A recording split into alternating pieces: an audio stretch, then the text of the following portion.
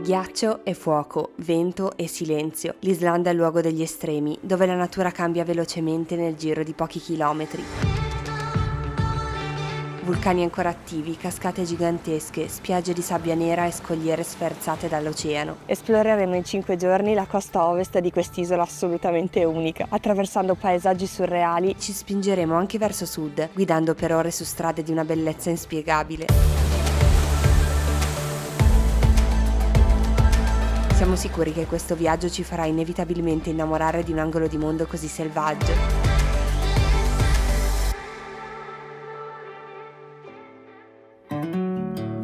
Come al solito eccoci in aeroporto all'alba. Il volo di EasyJet diretto a Reykjavik parte alle 7. Non è per niente male perché così avremo tutta la giornata a disposizione. Il viaggio dura 4 ore e mezza circa, ma essendoci 2 ore di fuso atterriamo intorno alle 10.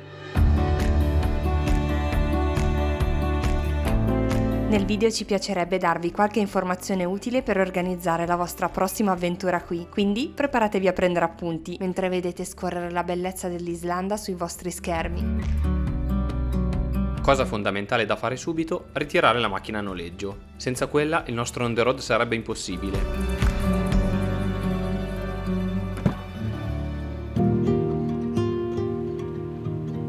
Appena usciti dall'aeroporto, i paesaggi sono subito da sogno. Fiori ovunque, montagne, ruscelli che finiscono in mare. Oggi ci aspettano molti chilometri da percorrere e un sacco di cose da scoprire, ma c'è un posto in cui dobbiamo fare una sosta obbligata. Prima di tante fermate che faremo al supermercato, questo è Bonus ed è il supermercato più economico che c'è in Islanda. Noi lo conoscevamo già perché è lo stesso in cui andavamo alle Faroe. Dati i prezzi, usciremo molto poco a mangiare nei ristoranti e andremo molte volte al supermercato. Quindi primo pranzo con panini appena comprati.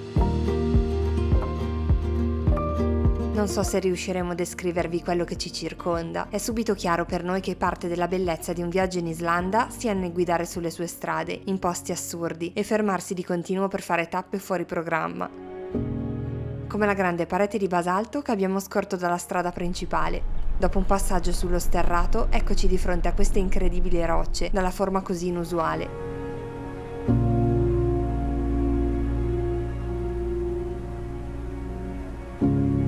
Il panorama islandese davanti a noi spazia a 360 gradi dall'alto di questo luogo così speciale.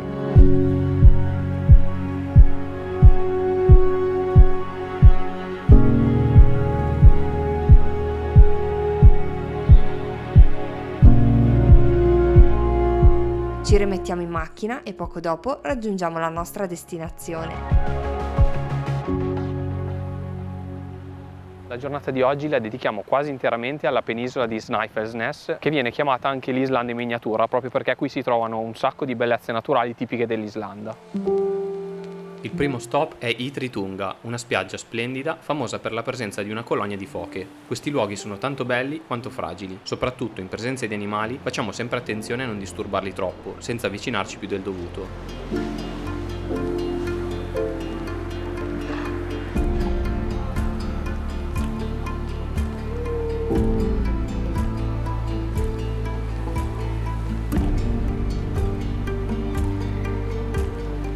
Dobbiamo dire che per adesso abbiamo incontrato ben poche persone. In effetti maggio dovrebbe essere uno dei mesi meno affollati in assoluto, per ora ci sembra perfetto.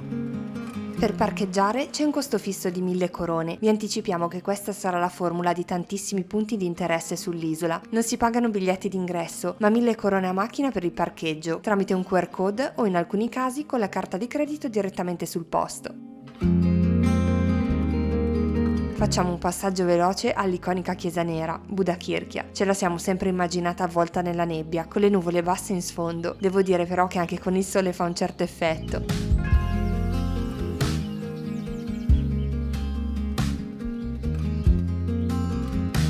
Pochi minuti e siamo ad Arnarstapi, piccolo villaggio costiero dove veniamo accolti dalla statua di Bardur, un'imponente scultura in pietra lavica che rappresenta una figura del folklore islandese, il mitico guardiano mezzo uomo e mezzo troll che protegge la penisola di Snæfellsnes. È una zona suggestiva per una passeggiata, con archi di roccia e scogliere a picco sul mare, dove i gabbiani in questo periodo sono soliti fare il nido. Qui il suono del vento e quello delle onde sovrastano tutto il resto.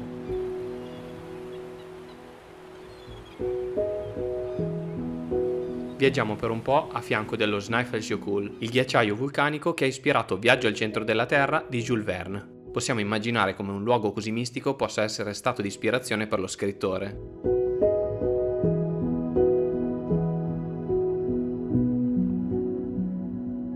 Raggiungiamo così Låndrangar, altra scogliera nota per i suoi spettacolari pinnacoli di roccia e per ospitare spesso una specie precisa di uccelli.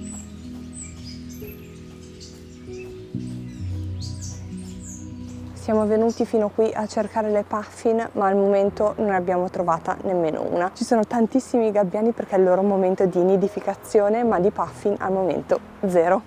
Non è così semplice vederle in realtà, quindi noi continueremo a provare anche nei prossimi giorni in altri luoghi che ci siamo segnati. Chissà se saremo fortunati.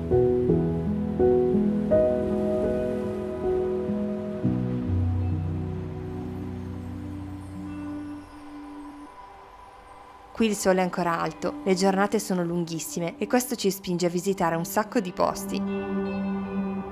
Come la chiesa circondata dai campi di lupini a Etli-Sandur.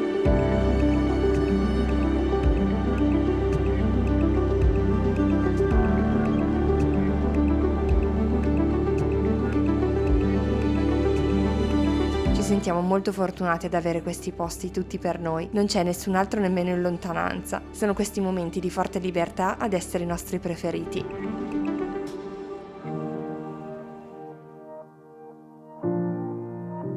Ancora qualche chilometro e siamo di fronte al punto più famoso di tutta la penisola. Con la sua forma perfettamente simmetrica, Kirkjufell non può che lasciarci senza parole.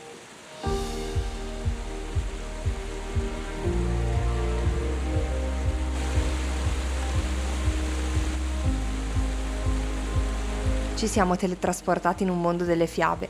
Sono le 21 e la luce che inizia a farsi più morbida ci regala una vista meravigliosa. La serie di piccole cascate con la montagna sullo sfondo sono forse uno dei punti più ripresi di Islanda. È veramente un paradiso per chi è appassionato di fotografia. Ci sono così tanti scorci incredibili. Non so quante foto avrà già scattato Paolo. Questa è l'ultima tappa che faremo oggi prima di andare a fare il check-in. Abbiamo scelto di dormire in un paese che è a 30 minuti da qui più o meno ed è dove sono state girate alcune scene di I sogni segreti di Walter Mitty, che come sapete è uno dei nostri film preferiti. Facciamo l'ultimo tratto in macchina per raggiungere l'alloggio di stanotte, passando il ponte a forma di spada vichinga.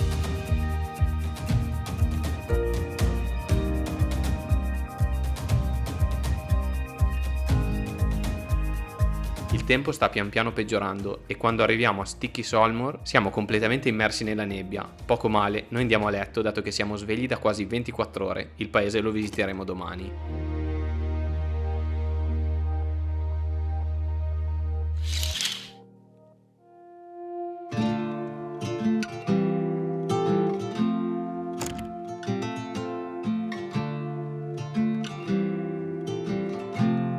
Dopo un'ottima colazione nella nostra guest house, siamo pronti a ricominciare l'esplorazione.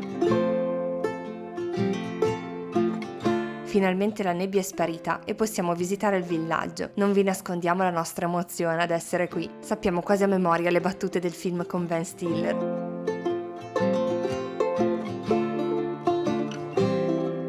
Sarà che siamo super felici di essere qui, ma il paese ci sembra ancora più bello di quello che ci immaginavamo.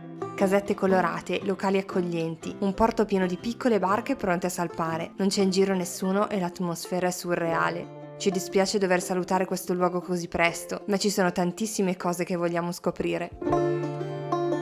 Non vi abbiamo ancora fatto vedere la macchina che sarà la nostra compagna di viaggio per tutti i giorni qui in Islanda. Eccola, è una 4x4 perché qui sull'isola ci sono tantissime strade sterrate, quindi sempre meglio scegliere questa tipologia di macchina. Oltretutto penso che sia scontato, noleggiare una macchina per fare un on the road in Islanda è fondamentale, anche perché ci sono grandi distanze e poi ti dà una libertà estrema. Anche in questo caso è venuto in nostro aiuto Discover Cars, che ringraziamo, ma ve ne parleremo meglio più tardi.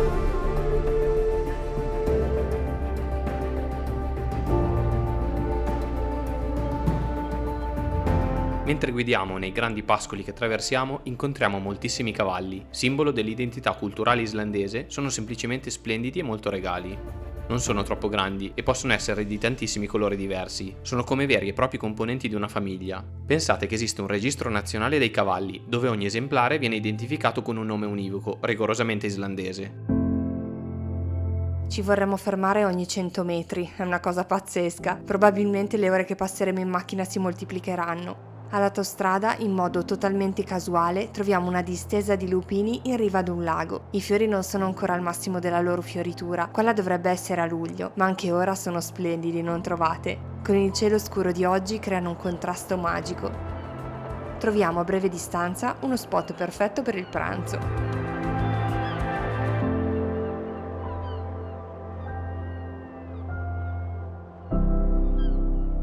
Con la pancia piena ci mettiamo in macchina, imbocchiamo la strada numero 52, 30 km di sterrata immersa in un paesaggio lunare. C'è il vento forte e incrociamo solo un paio di auto.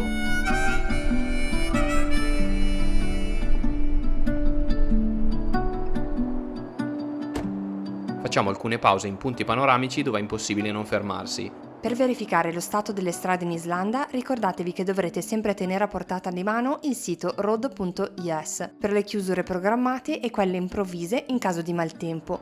Noi avremmo tanto voluto andare nelle Highlands, ma fino a luglio purtroppo le loro strade sono chiuse, essendo un off-road molto più impegnativo rispetto a quello che abbiamo appena fatto. Questo tratto straordinario di Islanda ci porta dritti dritti sul Cerchio d'Oro, forse la zona più famosa e frequentata di tutta l'isola.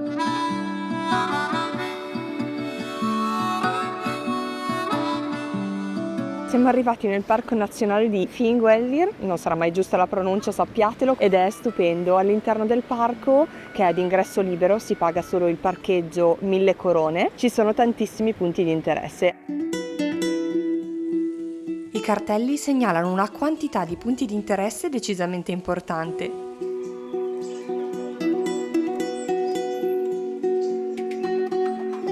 Il primo stop che facciamo è Uxararfoss. Camminiamo su una passerella di legno per arrivare di fronte a questo scenografico salto d'acqua, con rocce nere e acqua limpidissima che scorre qui accanto.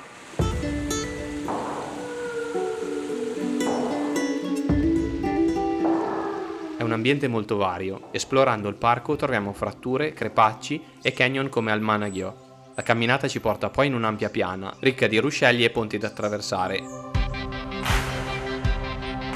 Un punto del Golden Circle che è impossibile saltare in un primo viaggio in Islanda è sicuramente l'area dei geyser, o meglio dei geysir, per dirlo con una pronuncia islandese. Il parco geotermico sarà uno dei luoghi più affollati che visiterete, ma pensiamo sia comunque da non perdere.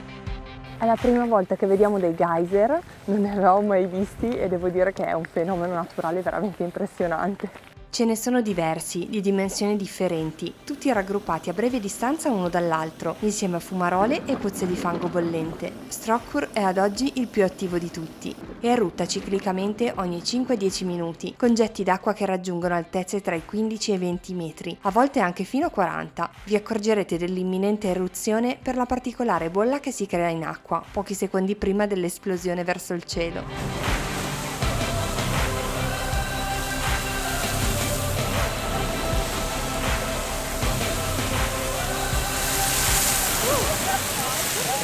Pensate che il primo geyser dell'area fu documentato nel 1294, quando un terremoto attivò nuove sorgenti calde nella valle e diede il nome a tutti gli altri fenomeni simili in giro per il mondo. Manca un ultimo posto da visitare oggi. Il vento ora è molto forte e è iniziato a piovere un pochino. Siamo di fronte alla cascata di Gullfoss, con il suo doppio salto che sparisce in una gola e la forma inusuale è davvero sorprendente. Indossate un impermeabile perché più ci si avvicina e più c'è probabilità di bagnarsi completamente.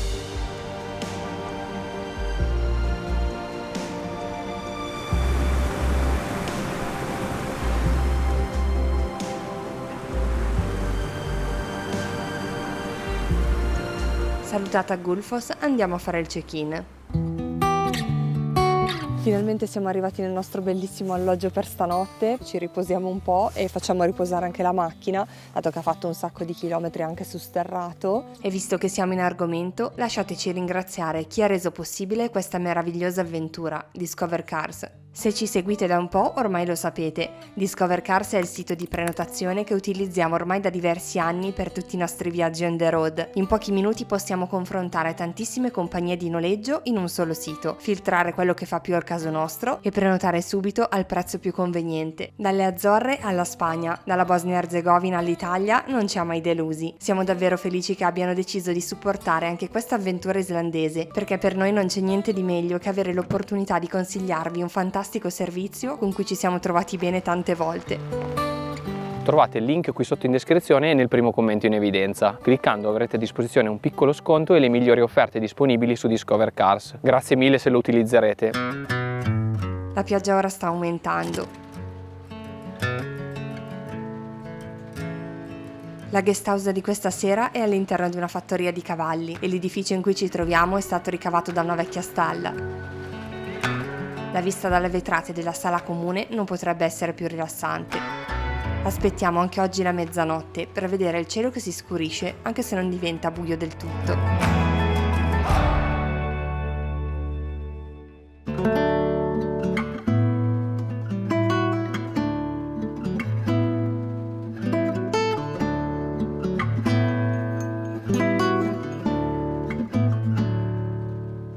Oggi ce la siamo presa un pochino più con calma, dato il tempo che c'ho fuori, che non è per niente bello. Incrociate le dita per noi.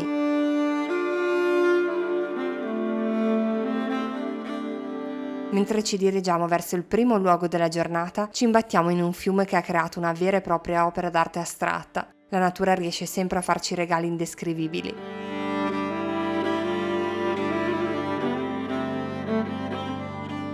Pochi minuti dopo siamo a Seljalandsfoss. Magari non conoscete il nome esatto, ma ne avrete sicuramente sentito parlare per la sua particolarità. Qui infatti è possibile camminare direttamente dietro l'acqua che cade dalla montagna.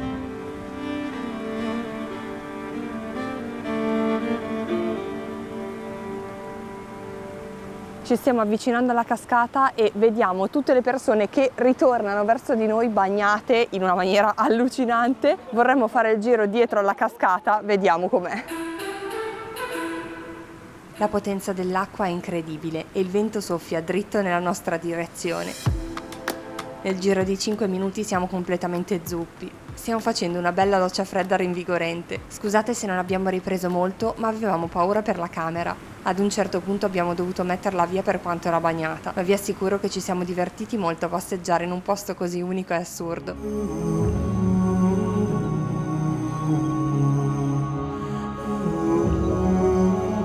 L'Islanda è una terra ricca di leggende, molte delle quali hanno ancora oggi un grande valore culturale nella vita delle persone. Ci sono troll, spiriti, folletti ed elfi. Proprio quest'ultimi, il popolo nascosto d'Islanda, occupano un posto speciale nel folklore. Molti credono nella loro esistenza e io sono tra questi. Alla fine c'è senza dubbio qualcosa di magico in quest'isola e nella sua natura. Prendete Rutsetlir Caves. In teoria è un'antica stalla per le pecore, scavata direttamente nella montagna. Ma diciamocelo, questa è una casa degli elfi, non può essere nient'altro.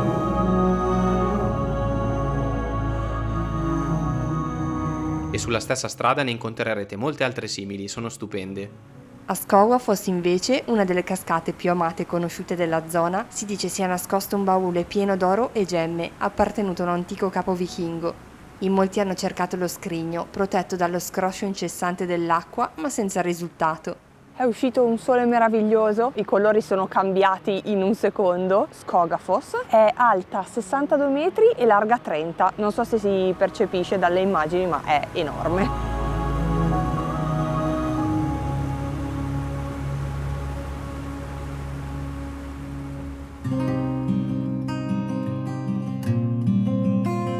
Quando ci spostiamo, notiamo sulla nostra sinistra, in lontananza, un enorme ghiacciaio che sembra chiamarci. Quando vediamo una strada secondaria che dovrebbe arrivare proprio lì vicino, non resistiamo e facciamo l'ennesima deviazione non programmata. Con una semplice camminata di 15 minuti circa, ci troviamo di fronte a Solemayokul, lingua glaciale che a noi sembra immensa, ma è solo una minima parte del ghiacciaio che ricopre il vulcano Katla.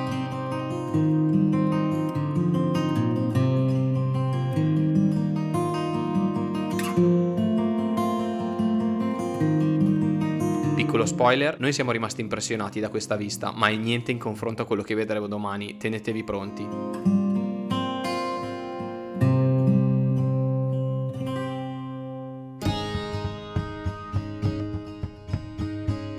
Arriviamo così nella zona nei dintorni di Vic, il paese dove dormiremo stasera, che ci piace fin da subito. Paesaggi verdi, scogliere verticali, spiaggia a perdita d'occhio e l'Oceano Atlantico a lambire la costa. Per scoprire tutto questo in un unico posto, saliamo al faro di Deer Holey. Da qui il panorama è senza senso, veramente. Questo dovrebbe essere un altro luogo perfetto per vedere le puffin, ma purtroppo anche questa volta non abbiamo avuto successo. Le vediamo volare intorno alle scogliere, piccole e paffute, ma mai da vicino. Scendiamo così in un punto più basso, un viewpoint spettacolare sulla spiaggia nera in cui andremo dopo. E qui, a sorpresa, ecco che una vola proprio accanto a noi, e poi un'altra ancora. Erano tutti in silenzio ad osservarle, e loro tranquille che ci guardavano di rimando. È stato proprio un bel momento.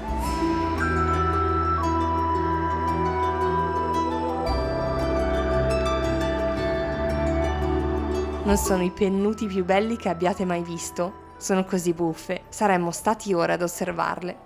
Restiamo fino alle 19, orario di chiusura delle scogliere, e andiamo verso Reinisfiara.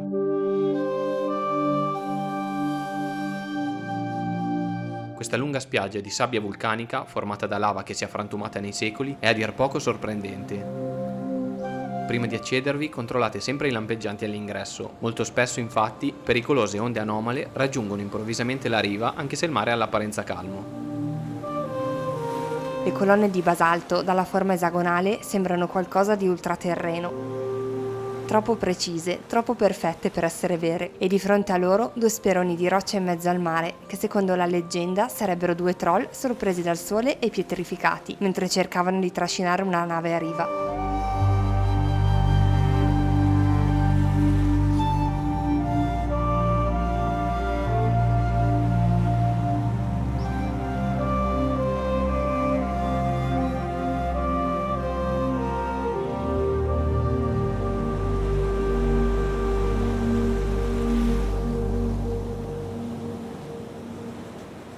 Finalmente eccoci a Vic. Dopo 3 giorni di spesa al supermercato abbiamo deciso di uscire a cena. In questo locale preparano alcune zuppe molto particolari. Quella che ha preso Paolo, ad esempio, è la Red Hot Lava Soup, che dovrebbe ricordare un vulcano all'interno di questa ciotola di pane nero. Non solo è originale, ma anche buonissima. Possiamo anche fare un bis compreso nel prezzo. Dato che so che siete curiosi, per 2 zuppe e un'acqua naturale abbiamo speso ben 46 euro. Perlomeno abbiamo mangiato bene e c'era una bella atmosfera. Facciamo il check-in alla guest house di questa sera. È un po' datata, ma assolutamente accettabile. E poi il suo punto forte è un altro, la vista dalla finestra della stanza e il parco sul retro della struttura.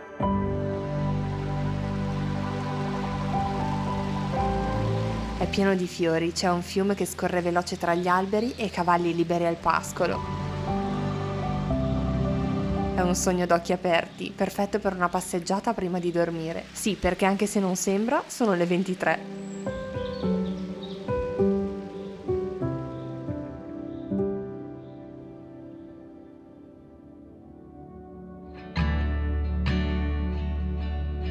Buongiorno, anche oggi facciamo colazione in struttura. Ricarichiamo le batterie per la mezza follia che vogliamo fare. Abbiamo deciso di cambiare i piani per oggi. Anche se non era in programma e dobbiamo allungare un po' la strada, guideremo ancora un po' verso est per raggiungere un luogo che volevamo tanto vedere. Avevamo delle tappe già segnate, ma ci siamo detti, siamo qui, non sappiamo quando torneremo e non andiamo a vedere il ghiacciaio più grande d'Europa? Ed eccoci in macchina, ad aggiungere 5 ore di guida a quelle già programmate, per raggiungere il Vatnajökull. Mentre attraversiamo una distesa di lava dalle dimensioni sconfinate, il tempo peggiora sempre un po' di più. Il paesaggio cambia e da verde diventa completamente nero e piatto.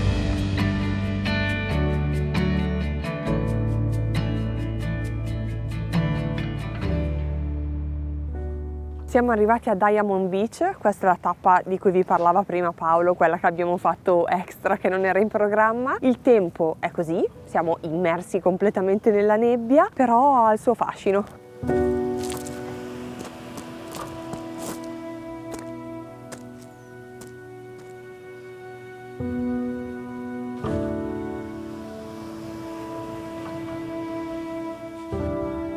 un'atmosfera tipica islandese che non avevamo ancora trovato in nessun posto, non potrebbe essere più perfetto di così.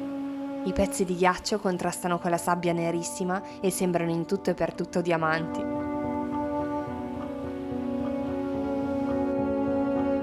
Con una camminata di pochi minuti siamo a Jökulsárlón, laguna glaciale piena di iceberg dal colore più azzurro che c'è. Se hanno queste tonalità con nebbie e pioggia, non possiamo immaginare in una giornata limpida di sole come sarebbero.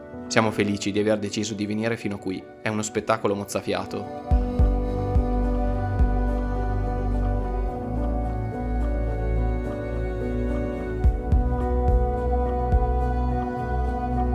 Tornando indietro di qualche chilometro ci fermiamo a Fjalsárlón, altro lago formatosi alla fine di una delle tante lingue del ghiacciaio. Di fronte a noi le creste di ghiaccio sono frastagliate e bellissime, e pensare che quello che vediamo è una briciola della grandezza reale del Vatnajökull. Per darvi un'idea, l'intera superficie è grande più o meno come l'Abruzzo o il doppio della Valle d'Aosta, 80 volte il lago di Garda. Non è impressionante? Questo punto, con così poche persone e con questo silenzio, è veramente suggestivo, al limite del commovente.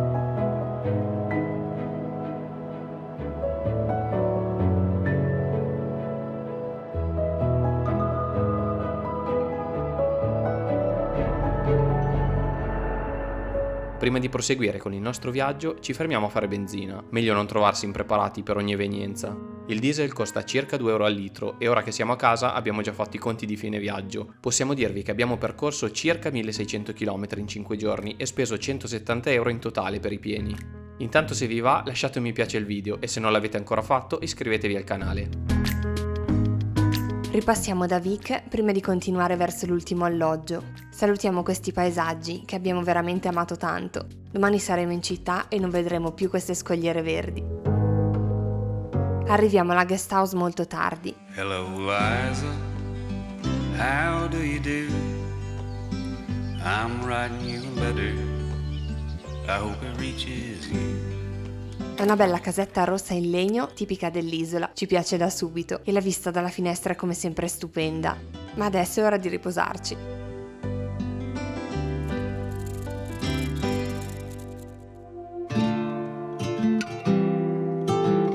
Ultimo giorno in Islanda. Non siamo pronti a tornare già a casa. Oggi la giornata è tutta dedicata a Reykjavik, la capitale.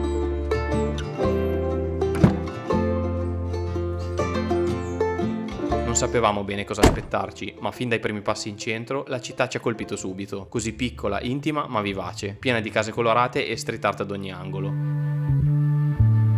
Ci fermiamo in questo bar per un caffè e una brioche, non molto tipica come colazione, ma sicuramente buona. I locali, da quello che possiamo vedere, hanno tutti uno stile pazzesco e ci piace.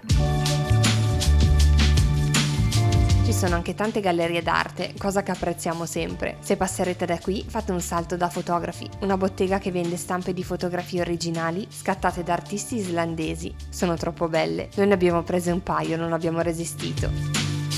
Arriviamo davanti a Hallgrímskirkja, la gigantesca chiesa principale di Reykjavik con il suo campanile alto 73 metri. Fa un certo effetto vederla da vicino. Purtroppo non abbiamo potuto visitarla all'interno perché era appena iniziata la messa.